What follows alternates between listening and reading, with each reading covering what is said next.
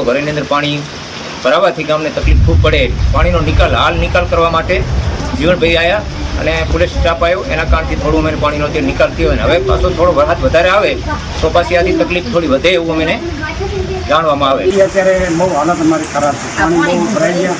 અમારું તંત્ર police station પછી નાગરાજ જીવણભાઈ એ અમારે અત્યારે આવી જાય એટલે અમને હિટકીથી પાણી થોડું નિકાલ થયો હોય તો અત્યારે થોડુંક અમને થોડુંક દેખાય છે કે પાણી થોડું આસી છે. પણ હવે તો કદાચ જો હજી વરસાદ થાય તો અમારી હાલત આથી પણ વધારે. ઘરની અંદર પાણી ભરાવાથી ગામને તકલીફ ખૂબ પડે, પાણીનો નિકાલ કરવા માટે જીવણભાઈ આવ્યા અને પોલીસ સ્ટાફ આવ્યો, એના કારણથી થોડું અમને પાણીનો તે નિકાલ થયો. અને હવે પાછો થોડો વરસાદ વધારે આવે તો પાછી આથી તકલીફ થોડી વધે એવું અમને જાણવામાં આવે. અત્યારે બહુ હાલત અમારી ખરાબ છે, પાણી બહુ ભરાઈ ગયા.